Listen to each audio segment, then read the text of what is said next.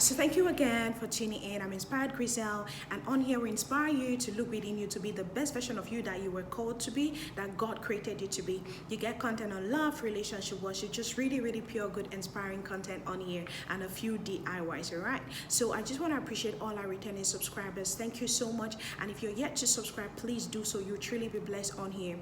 Today I came on here, as you see already from the title, I'm here to share with us reasons why we fast, more reasons why we fast. Of course, if you're a believer, you know the Bible says when you fast. It didn't say if you fast. So we are going to fast one point or another in our lives. And if we fast without knowing why we are fasting, because the Bible says what in Isaiah 58 verses 6 downward, it says, is this the fast I commanded? So God is asking, is this the fast I ask you to do? So yes, there is a commanded fast, but so we need to do it right. What kind of fast has God commanded, right? So I was studying again from the book of Ezra, right, when they had to go back to build the house of God, and they were facing so much opposition, and they were facing all these trials, and they decided to take on a fast, right? Because they will start the project, and someone is going to say something negative, and the project will stop, and they will start again, and someone will say something negative, and the project will stop, and that's what they were facing. And so they had to go to God in prayer. So if you're in that point in your life where you're facing, starting and stopping, near success syndrome, it's a good reason to fast. But let's look at what the Bible says here in these passages. It says, I'll read from, it says, and I proclaim a fast. This was Ezra speaking. Besides, okay, let's look at the King James says what? Then I proclaim a fast day at the river of Ahava, that we might afflict ourselves before our God to seek him a way for us to go, right? Afflicting themselves. If you read other versions, it says a fast to humble ourselves. So one reason, another reason to fast is to humble yourselves. Yeah, we don't only go to God because we want things. Going to God in humility and just saying, God, I surrender. It's a great and good enough reason to fast, and you will see a result, because the Bible says that what God opposes the proud, but he gives grace to the humble. So when we go in fasting for humility, just to humble ourselves, God engraces us to reach out and to do the things he's calling us to do. So that is a beautiful reason to fast. He says what?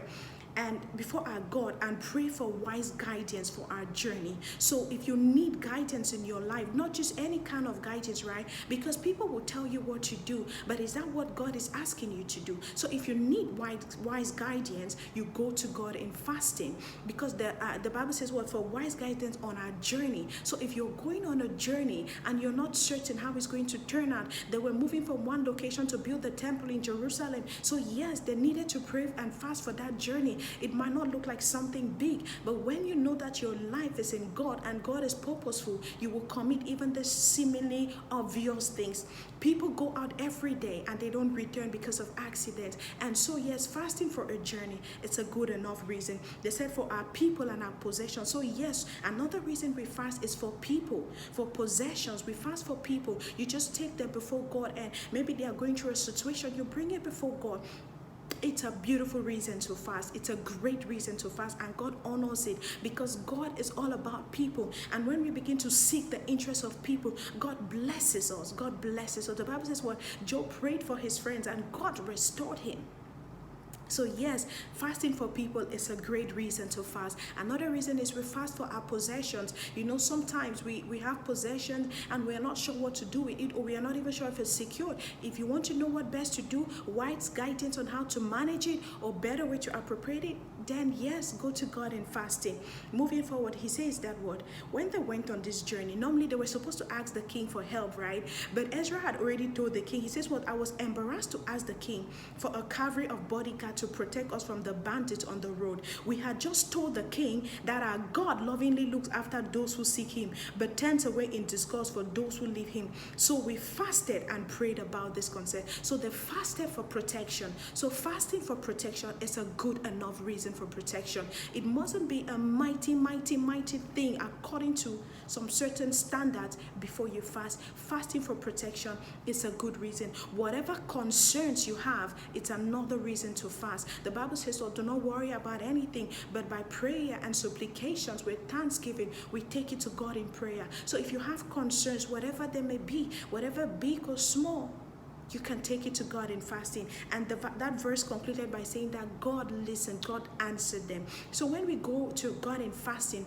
with the right reasons in mind, He's going to answer us. You can go to Isaiah 58, you'll see many, many more reasons for fasting. He says to break the heavy burden, to set the captive free, just to pray for healings. So there are many, many reasons to fast. I just came on here to share this ones with you. If you know other reasons with scriptural backing, please let us share with us in the comment section. All right, so thank you for tuning in. I hope this was a blessing. Go ahead, like, share, and why not subscribe to the channel. God bless you.